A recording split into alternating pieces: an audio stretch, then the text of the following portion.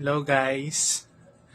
Duro-duro naga-chat sa kon about sa pagpautod kakon pito eh. Hindi ako ma-replyan. So, nag-ubra na ako video para maisa ko na lang. So, may ara nga nag-chat sa kon nga siya na lang kuno mautod kay gamiton niya. Tapos may ara nga itok-tukon niya kuno ipoon sa pantat. Batas. Nagpaon na sa pantat pitoy ko. Tapos may ara nag-comment nga ihimo niya kuno keychain.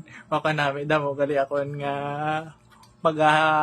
purpose sa akong nga pito. So before ko uot doon ang akong pitoy,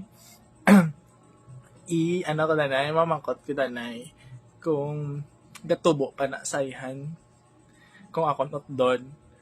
So salamat sa magsabat.